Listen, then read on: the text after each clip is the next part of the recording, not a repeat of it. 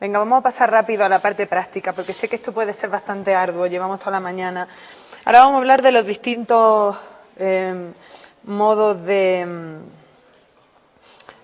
renderización. En el modo multiplanar, la verdad que llevamos ya también mucho rato hablando a lo largo de esta mañana. Lo que hacemos es, ya sabéis, adquirir un bloque en el plano que veis aquí, en el plano A, en el sagital, y la máquina inmediatamente reconstruye el transversal y el coronal. Una cosa importante para deciros son los puntos estos de referencia, que son puntos donde los cortes ortogonales se cortan entre sí, ¿vale? O sea que este punto de referencia en el plano A corresponde al mismo sitio de la cara del bebé en este momento, pero en el plano B, ¿vale? O sea que son puntos que nos ayudan mucho a orientarnos, ¿no?, en la navegación multiplanar. Por ejemplo, pues si yo quiero saber, pues eso, me llevo el punto hacia la nariz y veo que el punto pues se va trasladando en el plano B y en el plano C hacia la nariz. Eso a veces es importante en el corazón, por ejemplo, ¿no?, donde en el plano A es más fácil de entender, pero en el plano B no sabemos muy bien que si está en la aorta o en la pulmonar o lo que sea. Pues llevándote el punto hacia esa estructura que tú quieres saber y que sabes interpretar en el plano A, pues te ayuda un poco a conocer la anatomía. Del TUI quería deciros que otra forma, ¿no?, de expresar la información está basada en el modo multiplanar y se llama eso, TUI de Tomographic Ultrasound Imaging. Es como una forma de representar la información como si fuera una tomografía, como un TAC, ¿no? Y es que en los tres planos del espacio, en el A, en el B o en el C, lo que nos hace el TUI es enseñarnos los distintos planos de 2D, pero nos los representa todos juntos, ¿no?, en el mismo plano del espacio, y nosotros podemos ver estos cortes que distan entre ellos pues los milímetros que nosotros le digamos a la máquina. Nos representa más o menos referencias, más o menos planos, según también lo que nosotros elijamos, hasta un máximo de 9. En el nuevo update del software me parece que representan, son hasta 18, ¿no?, pero en este hasta ahora pues te representa 9 planos de un mismo golpe. Y es útil para ver la anatomía de las distintas partes del feto, también incluso, por ejemplo, en el corazón, ¿no? Si hacemos el TUI en el corazón, pues vemos cómo haciendo todos los distintos planos, unos sobre otros, pues de un solo golpe de vista podemos tener las 4 cámaras, el tracto de salida del ventrículo izquierdo y del derecho, ¿no?, porque los cortes son equidistantes unos sobre otros. Una forma de representar la anatomía. Pues sirve también para el cerebro, para navegar y dar distintos planos que distan uno entre otro, entre sí.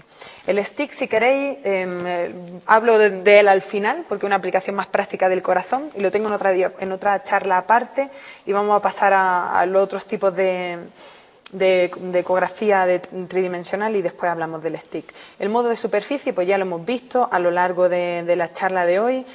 Y el modo el que mayormente usamos todos, ya sabéis que está hecho de una secuencia de 2D, ¿no?, lo que nos da el cine. Después vino la 4D y originariamente en el año 2000 la 4D era así. Era una secuencia de fotos de 3D y la última secuencia tenía todo el bloque de información de 3D, ¿eh? Las primeras era simplemente la imagen de superficie de la cara.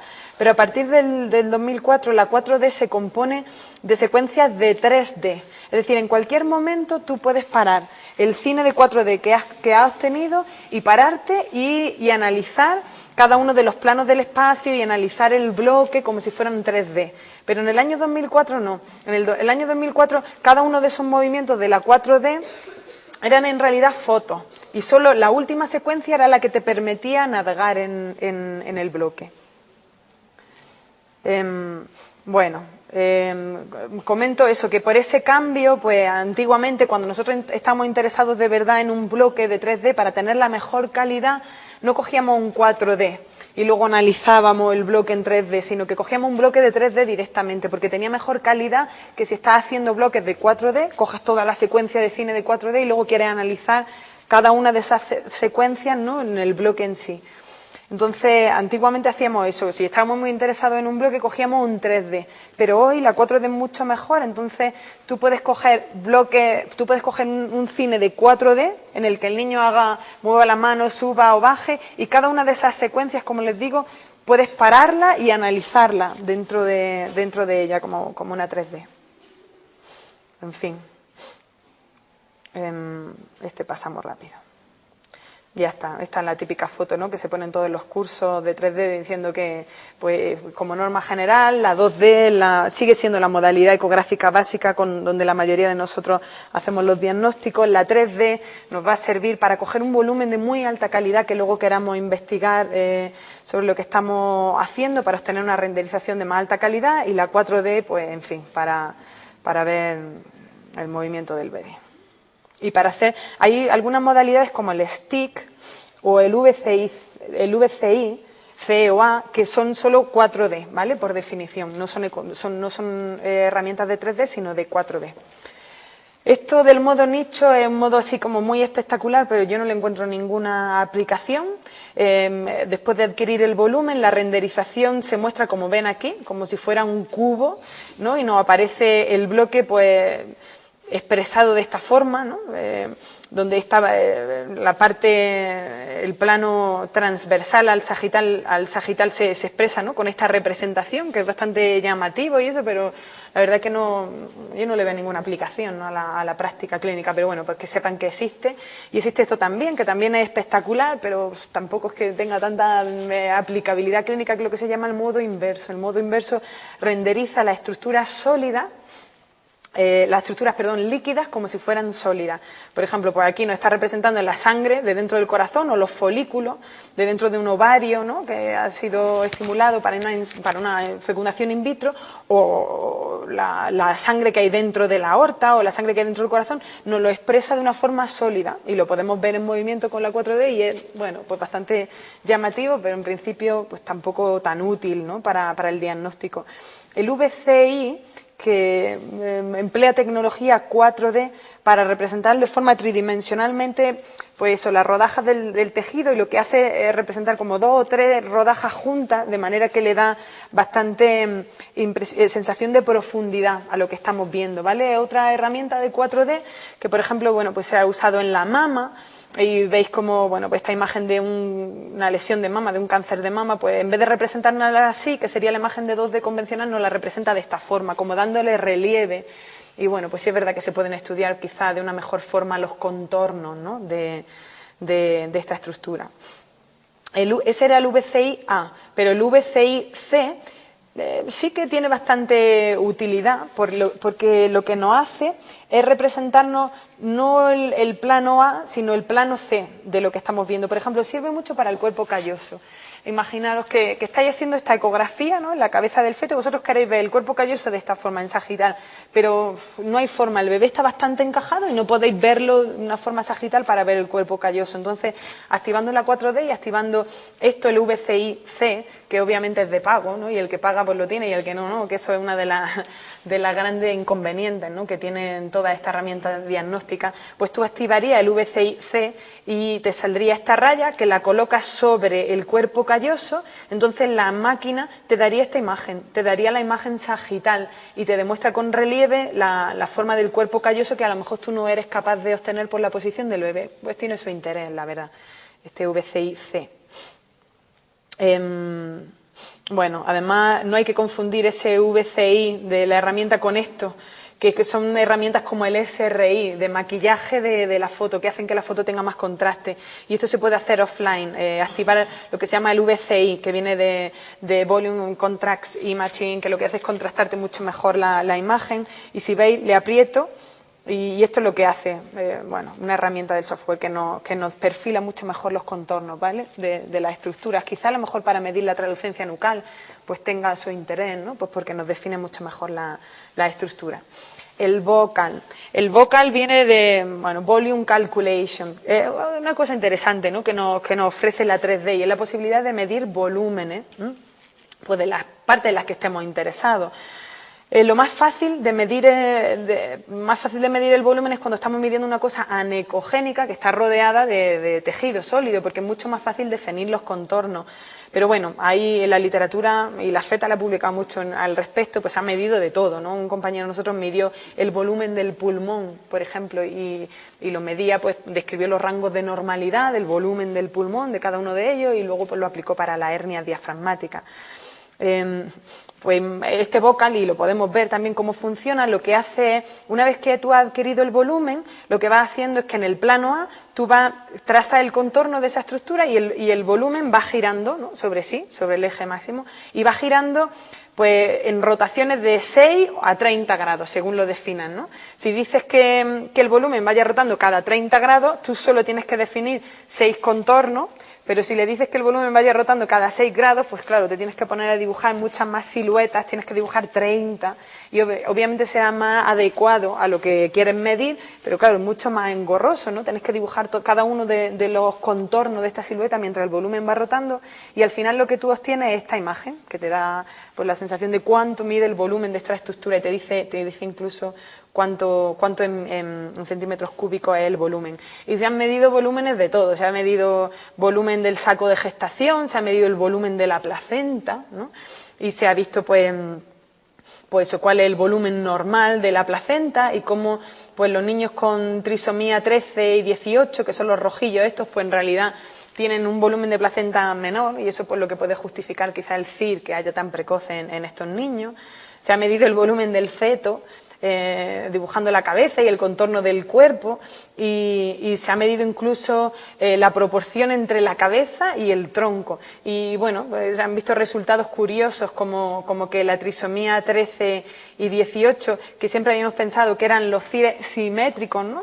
Porque los asimétricos decíamos son los CIRES de insuficiencia placentaria que aparecen más tarde y los CIRES tan precoces son simétricos, pues no, midiendo la relación entre la cabeza y el cuerpo en los 18 y en los 13 y comparando con el rango de normalidad que se describió, se ha visto que estos niños son CIRES asimétricos, que aunque pasen desde el principio, han cortado un dogma interesante que teníamos desde ahí, desde siempre, pero sí es verdad que son CIRES asimétricos. Se ha medido y se han descrito rangos de normalidad del volumen del hígado, de los riñones, de las adrenales, de mil cosas. En relación a la hernia diafragmática, como le digo, yo me entretuve ahí un tiempo en describir el volumen de cada uno de los ventrículos del corazón en sístole y en diástole y sustraer uno del otro para calcular la fracción de eyección, ¿no? Y comparar eso con las técnicas que hasta el momento teníamos, que eran basadas en Doppler o basadas en modo M o basadas en una cosa que se llamaba el método de los discos para calcular el volumen de la estructura. Y bueno, todo esto lo que vimos es que la reproducibilidad era buena, pero a partir de la semana 20. Por debajo de la semana 20, en realidad el volumen que están midiendo es tan pequeño, que es que eran volúmenes de 0,4 mililitros, y es tan pequeño que la reproducibilidad no era buena, no es una técnica buena como para medir fracción de eyección en momentos tan precoces de la gestación. El angio 3D, que también es bastante sensacionalista porque nos está representando en tridimensión pues la angioarquitectura, ¿no? de los vasos de distintas zonas, o de la placenta, o del cerebro, o del corazón. Y una vez tomado el bloque con este modo, solo centrado en los vasos, pues podemos rotarlos, ¿no? Y ver la arquitectura de los vasos. Este angio 3D se puede combinar con el vocal, que le he dicho, con esta herramienta de volume calculation, entonces decidir un volumen concreto y lo que se ha descrito como por un grupo de españoles, Alcázar, como biopsia vascular. O sea que uno define un bloque, un área concreta, por ejemplo, del cerebro en la que está interesado y sin salirse de ese contorno, de ese volumen, mira cuántos son los vasos, ¿no?, que hay y se miden unos índices, el índice de vascularización, el índice de flujo, el índice de vascularización y flujo, una combinación de los dos, y se supone que en ese trozo, en esa biopsia que tú estás viendo, tú puedes calcular todos estos índices de vascularización del tejido, ¿no? Y estos grupos pues han medido vascularización en el endometrio, en el ovario, e incluso hay publicaciones diciendo que este Flow Index podría ser incluso un test de screening para cánceres de ovario, porque el flujo estaría muchísimo más aumentado. Lo cierto, y por eso no les voy a hablar más, es que recientemente se ha demostrado que la reproducibilidad de índices de flujo es muy mala y que está sujeta como a los Doppler. Ya saben ustedes que en realidad no miden flujo, porque el flujo hay que tener en cuenta el tiempo y esto simplemente es un índice de cuánto color vemos en ese tejido. Ya saben que el color, como en el Doppler, está sujeto a 1000 cosas, a la ganancia que le estamos dando al color. Así la paciente es más gorda o más delgada, si estamos más cerca de la paciente lo estamos haciendo transvaginal o transabdominal. Entonces al principio de los grupos, y sé que muchos españoles interesados en eso, decían muy bien los settings, la distancia, si era vaginal o abdominal, y configuraban muy bien la ganancia, el color, y que era reproducible, pero no es cierto, ¿no? Lo cierto es que y en nuestro grupo lo hemos practicado, hemos visto en la misma chica podemos crear un cáncer de ovario y tomar un bloque 2 minutos más tarde y que todos los colores sean normales, ¿vale? O sea que en principio está ya bastante claro que no es reproducible y que es una herramienta un poco espectacular, pero no válida para estudios científicos. Y el sono ABC el origen fue basado en el vocal, ¿no? Para medir el volumen. Y a mí me molestó mucho que Jenner sacara esta herramienta, porque yo me había pasado midiendo el volumen del corazón, girándolo cada 30 grados, ¿no? Y en un trabajo súper arduo, y luego van ellos y inventan esto donde en realidad tú coges el volumen, se diseñó para los ovarios, coges el volumen del ovario de un golpe y luego con tu ratoncito haces clic, clic, clic, clic en cada uno de estos folículos y de forma inmediata ellos ya te calculan el volumen, ¿no? Entonces te calculan el volumen de cada uno de los folículos de este ovario, y además te dan los diámetros máximos, te dan los 3 diámetros del folículo y te dan el volumen total y el volumen máximo. En fin, ha sido una herramienta que ahora mismo solo se puede usar en estructuras anecogénicas muy bien delimitadas, por eso se inventó para el folículo en reproducción y no para otras cosas, porque gente está mirando, intentando ver si se puede medir, pues bueno, los ventrículos del cerebro, con los laterales, el tercer ventrículo, el cuarto ventrículo, el estómago, la vejiga. Es difícil. Por ejemplo, en el cerebro, como es irregular la estructura de los ventrículos y eso no es fácil determinarlo. Por ahora, lo que más se ha hecho ha sido en eso, en los folículos de reproducción asistida. Nosotros medimos esto, como ya teníamos el rango de normalidad con el vocal de saco gestacional, sí que nos hemos entretenido bastante en medir con sono ABC el saco del feto. Y bueno, sí que hemos visto que las medidas son similares a las del vocal y que es mucho más fácil pues simplemente dando un clic, ¿no? Que nos dice todo el volumen del saco. A veces no lo coge todo entero de un golpe, pero puedes dar 2 clics y hay una opción que dice, venga, aquí me ha cogido este trozo, aquí me ha cogido este, ahora úneme los 2. Y es como una forma más automática de calcular volúmenes, como les digo, pero para estructuras anecogénicas.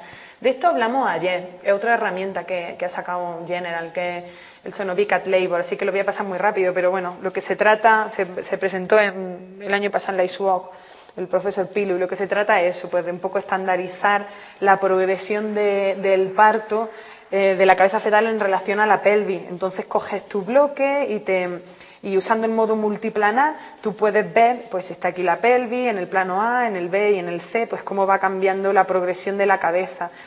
Todas estas medidas ya las expliqué ayer, así que uno va tomando medidas que se pueden hacer con el software una vez que la paciente no está ahí y se supone que de una forma más automática pues podemos ver la progresión del parto, de la cabeza del parto. Entonces, vamos a hablar ahora del stick, que es simplemente un ratito, pero bueno, consejos prácticos que os daría a la hora de hacer ecografía 3D para todos los que empecemos. Uno no se convierte en un experto, ¿no? Simplemente por comprarse un expert, sino que necesita, bueno, pues practicar un poquito más. Los consejos serían que usáramos siempre las ondas de 3D, porque la calidad de imagen 2D que tenemos con la sonda de 3D muy buena y porque vamos a estar preparados en cualquier momento para hacer nuestra adquisición. Que ajustemos muy bien la imagen 2D antes de adquirir, ¿eh? Ya habéis visto con el ejemplo del hueso nasal, si no estoy viendo una cosa en la 2D, por mucho que yo coja el bloque y trate de rotarlo y mirarlo para arriba y por abajo, esa cosa no va a aparecer en el bloque, ¿no? Entonces es muy importante orientar la imagen de 2D, ajustarla muy bien, tener una ganancia adecuada, tener una imagen 2D muy buena antes de darle al botón y adquirir la imagen de 3D. No derrochar recursos, ¿eh? Hemos visto cómo tenemos que ajustar muy bien la caja de render, nuestra región de interés, el ángulo de barrido, la calidad del bloque, pues para intentar ajustar toda la potencia máxima que tiene la máquina, pero como es limitada, ¿no? Ajustarlo un poco a las necesidades que queremos. Y adquirir varios volúmenes. Si una cosa nos interesa mucho, por ejemplo, nosotros hemos hecho estudios del perfil de la cara, ¿no? Cuando describíamos el ángulo facial fronto-maxilar, maxilofrontal. Y a veces cogíamos un bloque y teníamos que diferenciar muy bien qué era el maxilar del Vomer, que es otro hueso que empezó a aparecer. Y a veces, si el niño está más flexionado o más extendido, lo cogíamos ligeramente de lado, ya no teníamos el bloque perfecto. Y era un paciente que habíamos perdido. Por ejemplo, como lo que tratábamos de ver es que el ángulo era mayor en los Downs que en los normales y se trataba de un niño con Downs. Y habíamos perdido el bloque, porque no lo habíamos cogido perfecto medio sagital o porque era más extendido, más flexionado. Y las landmark que necesitábamos no estaba ahí y ya podíamos morirnos porque era una tragedia. Entonces, adquirir cuando estamos de verdad muy interesados en investigación de algo, varios bloques, porque luego ya vemos que no todos ellos tienen la misma calidad. Y ya está, en vez de usar 4D, como os digo, toda la secuencia de 4D, que luego se puede parar y mirar en 3D ese bloque concreto, cuando queramos hacer medidas y eso, adquirir mejor 3D, porque la 3D tiene mejor calidad que si hacemos un cine de 4D de 5 segundos y luego lo paramos y en el segundo número 2 queremos mirar y hacer medidas en ese bloque 3D, del segundo número 2 de todo el bloque 4D. Mejor sería adquirir un bloque con 3D, ¿vale? Antes que los 4D. Bueno, estos son el equipo de la gente que trabaja allí con nosotros y voy a enseñaros un poquito del stick, ¿vale? Antes de esta parte se va a hacer menos ardua, que sé que lo primero ha sido un poco... Voy a enseñar un poquito de la filosofía del stick y se han publicado un montón de trabajos, como les digo, pues intentando estandarizar la forma en la que podemos ver la anatomía del corazón. Como toda la gente no es muy buena, demostrando pues todos los vasos y todas las estructuras del corazón, hay muchos trabajos que se han hecho en esto para estandarizar la anatomía. A ver si sale. Bueno, en el stick. El stick es la última herramienta que nos ha aparecido en la 3D. ¿Por qué? En la 3D y la 4D. Primero apareció la 3D, apareció el modo multiplanar, el render, el inversion, apareció el Magic Cut y lo último que ha aparecido el stick y el VCAT, que ahora os voy a mostrar por qué. Porque, por definición, cuando queremos hacer una 3D, uno de los problemas es que el niño se nos mueva, ¿no? Que la madre respire o lo que sea, porque ya la imagen no nos sale bien. Entonces, intentar hacer una reconstrucción 3D de algo que por definición se está moviendo todo el rato, pues parecía como imposible, ¿no? Entonces, el stick lo que ha hecho o cómo se ha resuelto esto es teniendo en cuenta pues el tiempo.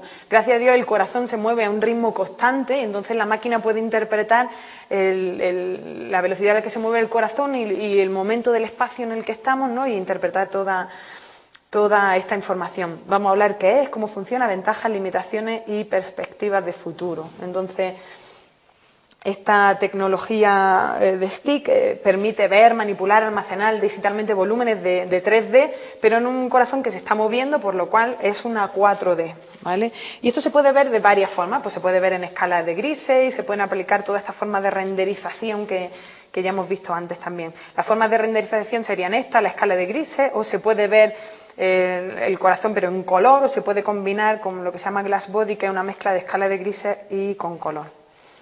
Bueno, pues definición. Lo primero de todo que tenemos que hacer es adquirir, y ya hemos hablado mucho de lo que es la ROI, de lo que es nuestro ángulo de barrido, que obviamente conforme el feto va creciendo, pues el ángulo de barrido tiene que ser mayor, porque un feto en la semana 20, pues con un ángulo de barrido de 25 grados, pues seremos capaces de cogerlo todo. Si ya estamos en el tercer trimestre hay que abrir mucho más la ventana para cogerlo entero. Y luego, obviamente, tenemos que optimizar la imagen de 2D. Yo recomendaría que usarais el modo de ecocardio, ¿no? Porque el que tiene los frame rate adecuados para adquirir el corazón, que tiene un contraste mayor y una persistencia menor de la foto del corazón antes de adquirirlo. No las adquiráis en modo de ecografía 2D normal, ¿no? Porque el corazón no se va a ver bien. Necesitamos cerrar la ventana, ¿no? Y que el ultrasonido esté más centrado en el corazón. Y luego hay dos cosas que hay que tener en cuenta aquí: el tiempo de adquisición que le damos al stick y el ángulo de barrido. Ya digo, el ángulo de barrido va de unos 15 a unos 40 grados, ¿no? El ángulo entero. Lo que tenemos que ver es así, cuando activamos nos ha barrido desde arriba hacia abajo y el stick, y aquí está el estómago. Tenemos que darnos cuenta que todo el volumen del corazón, desde los grandes arcos en el cuello hasta el estómago, está incorporado. Necesitamos incorporar el estómago porque es lo que nos va a decir el situs del corazón. Entonces, el ángulo de barrido ya vemos, de 15 a 40 lo ajustamos a las semanas de gestación en las que estamos. Y el tiempo de adquisición puede variar de 7 a 15 segundos. Cuanto más tiempo de adquisición le demos, más despacio nos va a adquirir el bloque, mejor calidad, pero más posibilidades le damos al feto a que se mueva y salte, y entonces la reconstrucción no va a ser buena, ¿vale? Siempre el compromiso. Lo que hace el stick, después de haber barrido el corazón entero y de saber en qué momento del ciclo el corazón se encontraba, cada una de estas slides de planos 2D que el volumen no hace, las pone en cuenta con su ciclo cardíaco, ¿no?, del corazón. Entonces las reordena y el resultado que tenemos es toda la imagen, toda la anatomía del corazón dispuesta en 3D, ¿no?, en sus planos del espacio unos con otros a lo largo de un ciclo cardíaco, ¿no? Entonces vemos el corazón pues moviéndose. Uno de los grandes problemas del stick, por tanto, son las arritmias cardíacas, que hace que esto pues que no se reconstruya bien y no podamos tener la información. A la hora de visualizarlo, y podemos verlo en los ejemplos, lo bueno que tiene esto también es que podemos visualizarlo a slow motion, que esto en vida real no pasa. Muchas veces el corazón, lo difícil, por lo que es más difícil ver la anatomía y la tasa de detección de cardiopatía es menor que otro tipo de defectos del feto, es porque el corazón se está moviendo y por definición es difícil, ¿no?, muchas veces interpretarlo. Entonces, oye, la ventaja que tiene esto es pararlo. Podemos parar el corazón, podemos moverlo frame by frame o bajarle de la velocidad normal, bajarlo un 50% de la velocidad y ponerlo más lentito para que nos dé más tiempo, ¿no?, a saber qué es lo que estamos viendo ahí. Podemos rotar el corazón en los 3 ejes del espacio, hacer una navegación multiplanar, renderizar de las distintas formas como he dicho y cambiarle pues todos los settings de color y demás. Bueno, para visualizar en la anatomía del corazón se han descrito un montón de técnicas y hay un montón de papers publicados al respecto. Por ejemplo, la primera, la más fácil, usando el modo multiplanar, se ha descrito lo que se llama el scrolling. Con el botón ese que había explicado de planos paralelos, uno mueve hacia arriba y hacia abajo y ya puede ver la mayoría de la anatomía del corazón. Después se ha descrito una sistemática como ejercicios prácticos, como anatomía para tontos, que te dicen, uno rota el corazón en el plano A 15 grados hacia la derecha, en el eje tal, luego rota hacia aquí y te demuestran cómo ver el resto de la anatomía del corazón de una forma sistemática, que aunque uno no sepa hacer la ecografía en el corazón, te dicen cómo rotar el corazón y demostrar toda la anatomía. Yo os he descrito y ahora podemos ver algunos ejemplos, la sistemática en 4 pasos, después la sistemática de visualización de los arcos, la spin technique que describió Dabor, luego hay una técnica en 10 pasos que ya es súper complicado, ¿no?, de Spinoza en el año 2008. Y ahora, bueno, pues vamos a ver algunos ejemplos. Esto es lo mismo que han estado viendo, solo que con el corazón en movimiento. Tenemos imagen en el plano A, en el plano B y en el plano coronal. Y este es un vídeo que le he hecho para enseñarle el 4 de Bullo, en realidad pues lo estamos mostrando aquí. Como de la adquisición, ¿no ven? Moviendo el scrolling, el de planos paralelos, uno se mueve desde abajo, aquí el estómago, fijaos, no se había escrito en el volumen mal. Estamos pasando a las 4 cámaras y simplemente moviendo este botón hemos visto la salida de la aorta y los 3 vasos. Este es un vídeo que le habla de lo que describió González, de la técnica de los 4 pasos. Os lo voy a poner aquí por si luego no podemos practicarlo. Una vez que hemos adquirido el bloque, mirad lo que... ¡Uy! Mal. Qué mal, no sé por qué no funciona. Bueno, podemos hacerlo con un ejemplo si estuviéramos interesados. No creo que tenga que reiniciar ahora el ordenador otra vez, que no está funcionando. Bueno, le explica un poco... A ver si lo paro. ¿Cómo era la técnica esta? Básicamente lo que tenemos que hacer es rotar el corazón en el eje Z 30 grados de forma antihoraria, entonces el ápex se nos pone hacia acá, luego rotamos el corazón a lo largo del eje Y hacia la izquierda y nos sale aquí la aorta, bajamos el punto de referencia, no sé si, es que creo que no va a funcionar. Ah, ¿tú sabes? Máquina.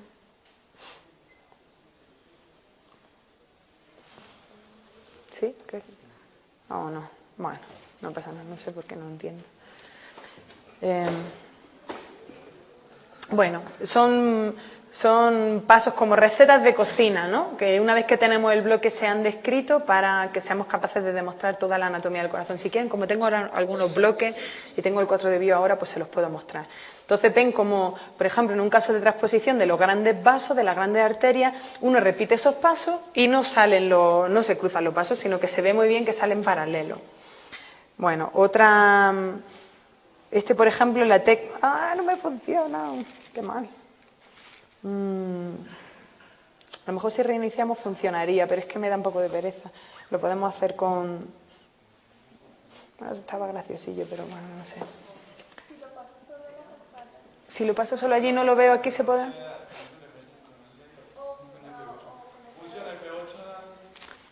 Espera, una vez que esté la presentación, función F8, ¿no? Función... A ver. ¿Desconecto el proyector? Pues le doy a función F8 y se sigue viendo. ¿Y F2? Función F2. Lo siento, ¿eh? Esto yo sabía que iba a pasar. Función F2 tampoco. Oh.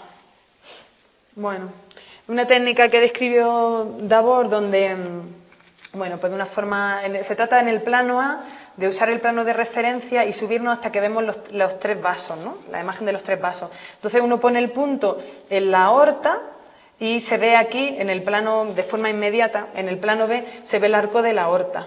Y si luego en esta imagen de tres vasos que tenemos en el plano A uno se mueve el punto y lo pone aquí en la pulmonar, pues inmediatamente estamos viendo aquí el arco de la pulmonar, ¿no? Y esta imagen que muchas veces es difícil, ¿no? Cuando estamos haciendo ecografía, si no eres muy diestro, de hacer la imagen sagital y moverte a un lado y a otro y ver el arco de la aorta y el arco de la pulmonar, ¿no? De forma simultánea, pues se puede hacer de una forma muy fácil con los bloques. Uno simplemente tiene que adquirir el bloque así, en el corazón, con el corazón hacia arriba, manipularlo aquí en el plano A hasta la imagen de los tres vasos y cambiando el punto a la aorta o a la pulmonar, en el plano B estamos viendo simultáneamente el arco de la aorta y el arco de la pulmonar. Bueno, una fuente de publicación, como les digo, importante, ¿eh? Porque no hay que tener tampoco muchos casos. La gente se entretiene aquí, pierde su ratillo viendo cómo se pueden estandarizar las formas de ver la anatomía y se han sacado miles de artículos al respecto con esto. La técnica de los 10 pasos es súper complicada, no tengo ningún vídeo. Estos son las formas de render. No me funciona ningún vídeo, qué mal. Menos mal que esta mañana se han ido. Pues no sé. Bueno, la forma de renderización, lo que quería explicarles, cómo se puede ver el corazón en movimiento y podemos ver lo que les he dicho en escala de grises, o solo ver el color que rellena el corazón por dentro, o ver una combinación del color con los vasos, formas distintas de representar la información. Y el modo inverso, que tampoco funciona, era pues también lo que hemos visto, que también es sensacionalista, y es cómo representar la parte anecogénica del corazón de forma sólida. Sí, de hecho, esta era la última diapositiva. ¿Queréis empezar con la parte práctica? En principio ya he acabado y si queréis podemos, como tengo varios bloques de demostración que podemos usar aquí, o ahora lo podemos usar en la máquina, podemos coger un bloque de stick en la máquina con la paciente y poder hacer todos esos botones que quizá os resulte más práctico, porque esto a la hora del día pues no todo el mundo seguro que lo usa. En principio, las ventajas del stick son pues el modo cine, el poder reconstruir en 3D, el poder analizarlo offline, el almacenar la información, el mandarla afuera, que otra persona que a lo mejor tenga más experiencia que nosotros pues nos interprete los datos. Las limitaciones pues son las mismas que las 2D, que si tú no tienes una buena imagen o la señora tiene un índice de masa corporal muy grande y no estás viendo bien la foto, pues no va a adquirir un buen stick y aquello se va a estar moviendo, pero no saben ni siquiera cuál es la anatomía del corazón. Las arritmias fetales son una limitación muy importante, no se puede, la física del stick no funciona en esos casos. Bueno, pues requisitos técnicos, monopolio comercial, porque hasta ahora solo lo tenía General, lo tienen también las otras casas disponible también el stick, y el coste económico, porque obviamente pues hay que pagarlo aparte. Investigación, pues se está haciendo mucho eso, pues que cojan bloques gente que no tiene tanta experiencia y que lo interprete otra persona, a ver si puede asegurar que la anatomía fetal está bien. Eso en España tampoco, bueno, en el corazón quizá más, pero donde se han escrito muchos artículos de estos son los americanos, ¿no? Que no hay tanto nivel de ecografía como hay en nuestros países y hay un técnico, ¿no?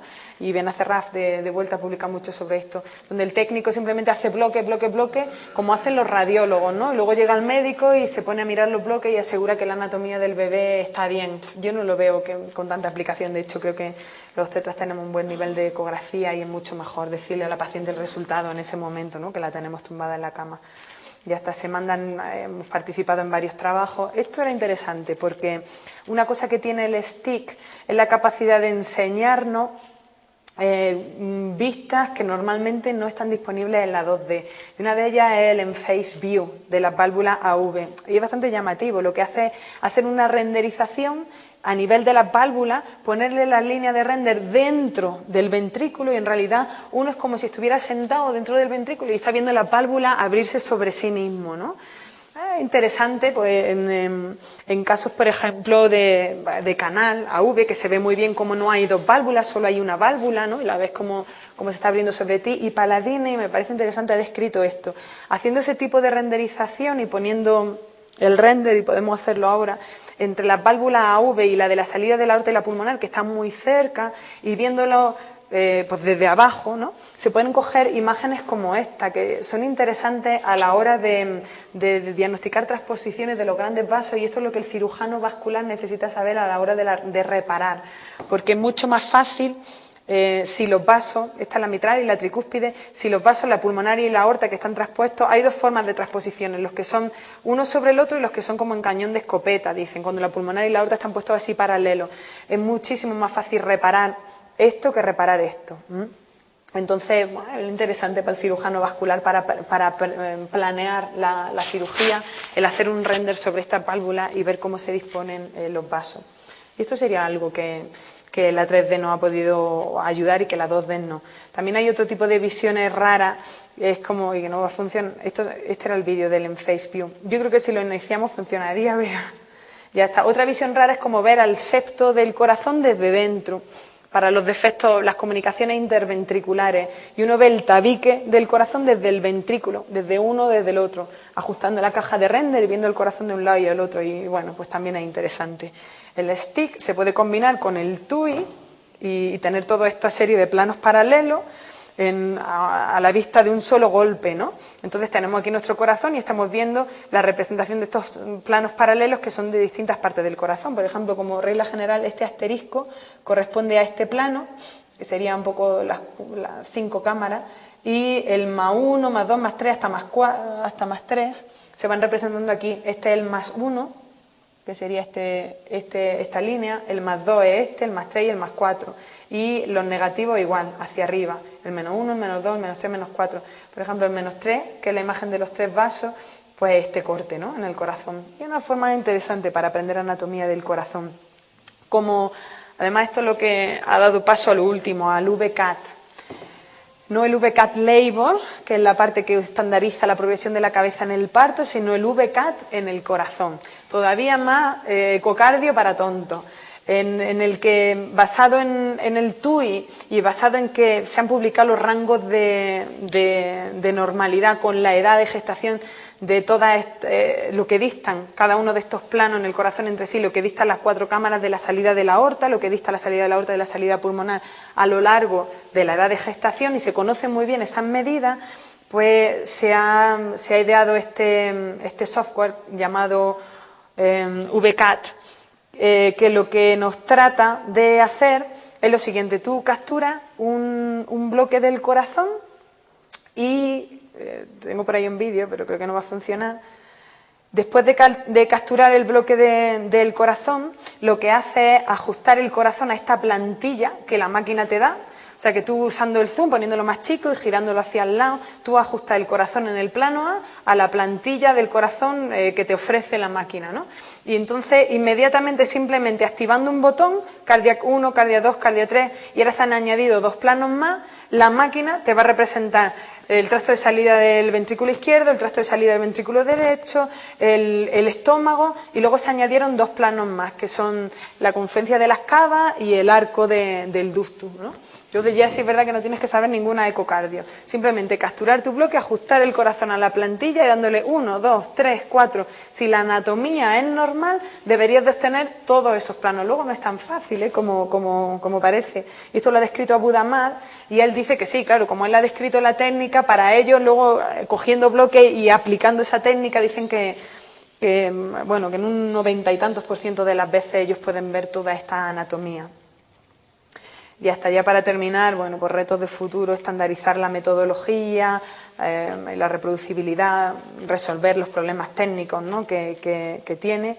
y ya está. Se supone que podríamos hacer telemedicina para aumentar la tasa de detección de cardiopatía en nuestra población en general, pero bueno, todavía queda mucho por ver en ese sentido.